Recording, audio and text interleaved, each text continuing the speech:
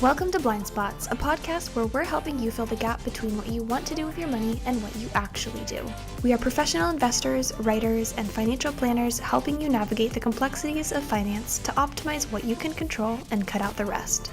Join your host, Nick Schuurmans and Erin Varghese, as we discuss the questions and nuances surrounding everyday money management. Hello, everybody. Welcome back to another episode of Blind Spots. In this episode, we are going to be talking all about the Diderot Effect and creating habits and how habits can be positive or negative on both the money side, and we're also going to be talking about the time side of things as well. So Nick, where did you find the Diderot Effect? This came from James Clear, who's the author of Atomic Habits. Fan favorite. And I'm not a fanboy, but I subscribe to his newsletter. I read his book. I'll reread his book. I have his quotes every morning peppering me with reminders on how your habits shape your identity. Contrary to what many humans think, like we're not finished products. We're not in our lot in life by a magic teleport. We are a summation of our habits, and things that might seem small and unimportant and snowball either positively or negatively depending on our habits. So people always ask me what my goals are. I'm not a goals guy. I'm a process guy. I'm a habits guy. And I think unpeeling some of this, you can apply it to money. You can apply it to life. You can apply it to time management. And I just think James Clear, to wrap up my comments, is just an absolute stud. A lot of his ideas are they're so forward thinking, yet they're so simple to implement in your everyday life. The one thing I remember about reading his book, Atomic Habits, was each chapter is kind of a new topic. And I would always think, I wish that he would touch on this topic. And it was almost like the next chapter was it. So highly recommend. It's a good read for anyone who hasn't read it.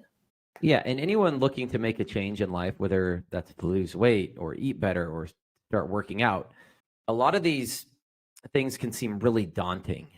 And James focuses on stacking up small wins day after day, and then it becomes your identity. Like a guy that works out one time is a guy that worked out one time. But if you stack up workout after workout, week after week, your identity changes to someone that's into fitness, that's into a healthy lifestyle. So again, if you're trying to make a change, I would strongly encourage you to check out Atomic Habits by James Clear. Okay, so what is the Diderot Effect? We're going to give you the background. This dates back to 1765, but the Diderot Effect is all about attaining new possessions and the spiral of consumption or overconsumption that leads you to buy and get more things. So then as a result, we end up buying things that our previous self never needed to feel happy or to feel fulfilled. So it's this kind of snowball effect. So a modern example that many people can relate to is when you buy a house, right? Let's say you upsize into a bigger house and it's a new house and you came from an older house. Well, suddenly the couch that you had in the living room at the old house doesn't fit in the new house. And the rug that you had in the old house doesn't fit in the new house. The appliances all need to be updated to fit in the new house. Maybe your older car doesn't look as good in the driveway when you're looking at your neighbors and they all have brand new SUVs. So it's this trap of consumption leading to more consumption. Yeah, in James Clear, he has a whole blog about this, but a few other examples that he listed in there was if you buy a new dress or a new outfit, maybe you need new shoes or accessories to go along with it. He used the example of he said CrossFit membership, any kind of gym membership specifically, or really you could relate this to any hobby, but as soon as you start that new hobby, you buy all of the things to go along with it. Like for your kids, he said an American Girl doll, you'll find yourself purchasing more accessories than you ever knew existed for it. I'm sure you can relate to that. So those are just a few examples. So Erin, why don't you give the backstory of the Diderot? Is that French? That's got to be French. I think it's French. It sounds so. We might butcher a few things in this little story. The Diderot Effect. So this is an actual true story about someone that was, I'm not sure if destitute's the right word, but he didn't have any wealth. He lacked wealth. And then this person came into some wealth. So Erin, why don't you pick up the story from there? Okay, here's the story. So he is a French philosopher, Denis Diderot. He lived his entire life in poverty, so kind of like you said, a little destitute, but all of that changed in 1765 when he was 52 years old and his daughter was about to be married. So way back when giving a dowry was a thing, giving money to your daughter's future in-laws as a gift, or I guess not a gift, a payment for taking your child. So he did not have any wealth. He was not able to provide a dowry, but he was well known as a philosopher because he was the co-founder and writer of, and I will butcher this because it's French, but Encyclopédia, essentially. He was basically an encyclopedia. Basically an encyclopedia. So, well, Catherine the Great, who was the Empress of Russia, heard about his financial troubles and offered to buy his library from him for 1,000 GBP. British pounds. Which relates to about 50,000 USD in 2015 dollars. So all of a sudden he went from poverty-stricken life to he has a plethora of money that he doesn't know what to do with it. So that was his lucky day. He decided to buy a new scarlet robe once he had all that money, and that is when everything for him changed. And so the Diderot Effect was born. So after he bought the new scarlet robe, the robe was immensely beautiful, and he noticed how out of place his new robe was with his rug in his living room. So he bought a fancy new rug from Damascus. Then he realized how much the other things in his home were out of place. So he bought sculptures, a better kitchen table. He bought a new mirror to place above his mantle.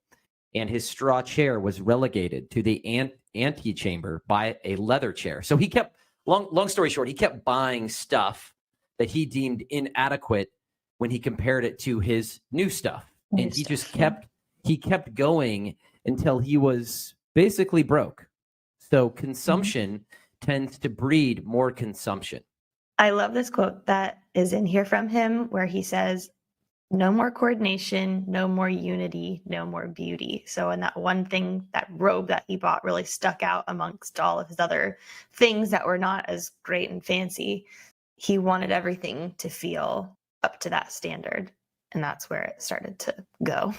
And the end game is you purchase things that you never sought out, things that you never really wanted. Back to our Diderot example, if he had just stayed in his old house and kept the money or never bought the robe, let's say, there's no way in hell he would have needed a new kitchen table, new sculptures, a new mirror, a new sofa.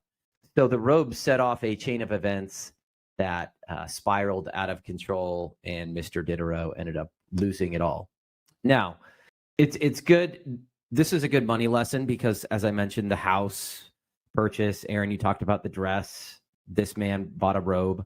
Just be mindful and intentional of your spending. And one thing that I've been reading about more is experiences.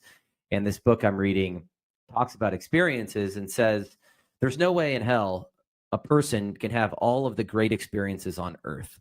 And what ends up happening is if you take a magical trip and have a magical experience, that leads to you wanting to do more of those things. And it can set off a chain where you're never really satisfied because there's all those things out there for you to do. You can only do so much. So there's this feeling of ever wanting more. And that's really what the Diderot effect is, the feeling of never being satisfied and ever wanting more. So it can apply to items, it can apply to experiences, it can apply to negative things. And as we'll share in a minute, it can apply to positive things as well. So why don't we go through just kind of a list of ways that you can stop or reduce overconsumption and impulse spending? So one thing that James Clear talks about a lot is optimizing his environment. And one thing that I've done personally, since most of our shopping now is either done online or through a smartphone, I was a big smartphone shopping person. So what I did was deleted all of my shopping apps on my phone. And I did that a couple years ago. And I haven't tracked a tangible difference in my spending pre-app, post no app. But I've also and I shared this with the team, I moved my phone to all grayscale. So my phone is black and white now. That's designed to make it less attractive. I don't want to be on my phone. I'm not a fancy phone person. If I'm spending time with you, I want to look you in the eye. So optimize your environment. If you're an online phone or an online shopping person, delete all the apps. Okay, that's one thing. So, and you can also do other things to optimize your environment. Maybe taking a different route if you stop by the mall on your way home, or just small things to make your bad habits less easy and your good habits easier. Yeah, on the reducing exposure thing, I too also used to be a big online shopper and I have really scaled it back. But, I used to follow a lot of people like on Instagram, for example, and many people's jobs now, people make fun of it as being an influencer, but there are people raking in money just by simply showing what they've purchased, providing a link, and they get a small commission off of that. And they do that thousands and thousands of times over. They're making a lot of money off of that. So I personally unfollowed a lot of those people because it's just exposure to things that you didn't know you wanted or needed. And for me personally, that helped a lot. Also, unsubscribing from emails, one, it just declutters your inbox. But if you're not constantly getting, hey, this is on sale or this is the new product, you're not even going to know about it and you probably won't miss it. Well, and I'm glad you brought that up because I think the social media effect is real and it causes us to compare ourselves to others. Yeah. And I don't have the research to back this up, but I'm just looking at my own personal family and social circle. The people that spend the most time on social media are always comparing themselves to others, and it's a recipe to become unhappy. And I've seen, and again, there's probably a correlation between social media use and financial stability. It seems like the people that I know that spend the most time on social media comparing themselves to others are on less stable financial footing because they're always buying things to make themselves feel better or to keep up with the Joneses. So just be aware that exposure is not always obvious, and things that you are doing, mindless scrolling or social media scrolling, can have a real effect on your bottom line and your behavior. So this is another one that you have mentioned before in relation to a car, but I think it applies in a few different ways as well as just refreshing your space, reorganizing things, cleaning up. It gives you just a new, fresh perspective on it. So you could share your personal thoughts and experience on that as well. Yeah, so I flirted with buying a expensive car, and I drive a piece of crap. My car is a 2013 Ford Fusion Hybrid. And I'm commuting from Camas to Lake Oswego multiple times a week, and it gets like 45 miles per gallon. It's a fine car. It works. Gas mileage is practical. And every time I get the itch to buy a car, which I don't need, it doesn't make any sense. I'm not a car person. I get my car detailed. I get my current car detailed. And that feeling goes away. Just optimizing my environment to make it cleaner. It feels new to me. And look, I'm kind of a slob. Like I throw stuff in my car. I play golf, so it's like reeks of old dirty golf shoes and dirty golf clubs. And I throw like my empty water bottles in the back. I'm not proud of it. It's actually quite shameful. But once I get that car detailed, I feel like a new person. The itch to buy another car goes away. So that's what we mean by reducing exposure and optimizing your environment. Here's something to flip that around. Because you have the habit of being a slob, as you say, if you had a newer luxury vehicle, do you think that would change the way that you treat your car or just kind of your cleaning habits in general? Maybe for the first 6 months, I would take care of it. But then what's new becomes less new, and then it becomes old, and you fall into your old habits. So yeah, I'd like to lie to you and say I would take care of it. Knowing myself, I would not take care of it. That's good to be that self-aware. Well, why don't you do the next one?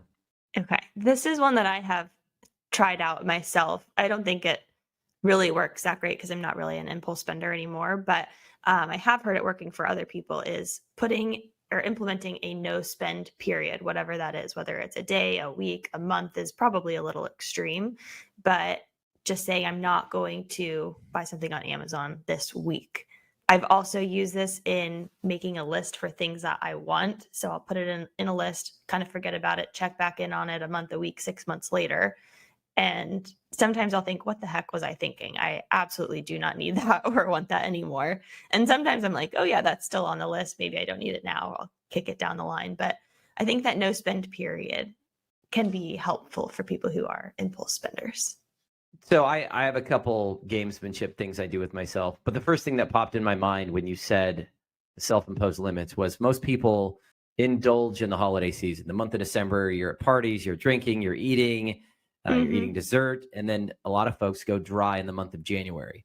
You could do the same thing with spending. Like summer is when I spend the most money because my family's out doing stuff. We go places. Sure. So in the fall, when it gets dark at 5 o'clock, usually that's time when we consciously or subconsciously hunker down. So just little games like that. And then if I want to buy a big ticket item for myself, like a new pair of golf shoes or golf clubs, I will usually put conditions around it. Like I'll only do this if I work out for 3 months in a row, or if I hit this milestone at work, or if I do this every single day, as a way to reward myself rather than just going out and buying stuff. No, I think kind of the reward system is a great way to do it. That works for me too. As guilty. Yeah. Yeah, exactly. Okay, I've got another one that may be obvious, but I don't think that it's obvious for everyone because we talk to a lot of clients. We talk about spending habits with a lot of clients, and it's evident to me that not everyone does this. So it's a cheeky, silly quote, but in the planning world, if you fail to plan, you plan to fail. So planning for especially larger expenses can really help just your financial situation in general. And I can give a personal example of how I'm currently doing that. Sure. That would be helpful. So we are currently building a house. It's a very exciting time. There's a lot of expenses coming down the runway. And with a new house, like we have talked about, comes with a lot of new things. So as a planner, and I like to be very organized with money, I created kind of tiers of these are absolute necessities, day one, washer, dryer, refrigerator, blinds, and some other things. And then tier two, what are things that we would like but are not as important, and so on and so forth. So I know exactly on day one of closing exactly how much we need, what we need it for, and kind of the rough estimate of what it is going to be, so that 4, 5, 6 months down the line, when we are in that house, we know exactly what we will need to spend. So it seems obvious, but we don't see it implemented a whole lot, I think, in our day-to-day. No, and one thing I've noticed over the last couple months is people making large financial decisions, like wanting to buy a house without selling their old house and just going ahead and doing it, and then coming back and wanting to run it in their financial plan to see the impact. Now, look, everyone's free to do what they want, but ideally, you would want to run the scenario of what you'd like to do, what your optimal reality is. Say, hey, Nick or Erin, I'd like to buy a second home. Can you run that scenario versus what I'm currently doing and run it out over the next 10 years? I want to see the impact of that decision. It's ready, aim, fire rather than shoot, aim, fire and figure it all out. So I'm not talking about anyone in particular, but it's a good idea when you have a big financial decision, you're working with a financial advisor, you can isolate the impact of that decision and run it side by side with another decision, with doing nothing. And just to give you a sense of how that decision impacts everything that you have going on rather than making impulse money decisions, because money's emotional. And, you at least have the facts first before you go and make a decision. Yeah. Some clients, and I've heard this a handful of times, will say, well, I did this. I hope you can fix it. And, they laugh about it or whatever. But there's a part of them that is serious. Like, well, if I really messed this whole thing up, what can you do about it? So planning for especially those big ticket items is always important. So we've talked about the Diderot effect, ways to mitigate that, of optimizing your environment and reducing exposure, set self-imposed limits, go a month, a week, a year without buying something new. And then we've talked about some of the modern things like being mindful of social media use or keeping up with the Joneses. Those things can be a slippery slope because, as we've seen, the momentum of buying something new can lead to other expenses, other purchases, and you look back and say, hey, I didn't really need this. Now I'm in a worse spot. Last thing that I want to cover is we've talked about the consumption side. I think the Diderot Effect principles can apply to other areas in life, and it can go good ways and bad ways. So I'll give you an example of how the Diderot Effect could potentially pinch you for time if you're not mindful of your commitments. I talked last podcast with Toby about how I'm researching ways to be more intentional with my time, right? We're on this earth for a fixed period of time. I think saying I'm busy is in vogue. It's like the modern annoyance to me. Everyone tells you they're busy. Like I know someone who hasn't worked in 30 years telling me how busy they are. And I personally think that if it's important enough to you, you can find time to do it. And most people have enough time. They're just very inefficient with the time that they do have. So an example of how the Diderot Effect can multiply into a bunch of commitments with time is I was recently asked to sit on a board, right? And I started to unpack the layers of this board, and I figured out that it was one commitment that could potentially lead itself to many other commitments. And at the end of the day, sitting on an HOA board, that's fine in isolation, but then you're asked to sit on another committee. The next phase is you're talking with your neighbors about paint colors, what's kosher and what's not kosher. So it's just be very mindful of some of your time commitments and what they can end up being for you. So that's the negative side. Go ahead. One quote that I heard recently is that if you say yes to something, you're saying no to something else, which really made me stop and think, because I'm a yes person and it's really hard to turn off if you're like that, like constantly volunteering for whoever needs whatever. And it made me think about things that I have said yes to with my time, is that what have I missed out on by doing these other things? And oftentimes that's time with your family, friends, doing something that betters yourself. So saying no is really powerful. Well, and that's a really good point, because I figured out probably 5 to 6 years ago that I could do 12 things average or 3 or 4 things really well and intentional. So I've culled down the list of what's really important to me. My list is going to look different than yours, but just being more intentional, more thoughtful with my time, not feeling bad about saying no, because again, you're foregoing what you could be doing or what actually makes you happy by committing to everything. And Warren Buffett said it perfectly. He said, busy is the new stupid. And that quote is seared in my head, because it's so easy in the digital age to be distracted and busy with non-essential things. But the good news is, and this is the last thing, we'll wrap it up. We're coming up on 25 minutes. The Diderot Effect can be positive, meaning if you have a positive habit, let's say you're trying to be a bike rider, you're trying to ride your bike more, you want to get in shape. If you stack up bike rides on Monday, Tuesday, Wednesday, Thursday, that could parlay itself to you stacking up weeks and then stacking up months. And all of a sudden, you're identifying as a bike rider. So know that humans are prone to momentum, either positive or negative, depending on our habits. And these big goals, these big lofty end games, they start small. They start today. They start by stacking up small wins today. And small things equal big things if you do it day in and day out.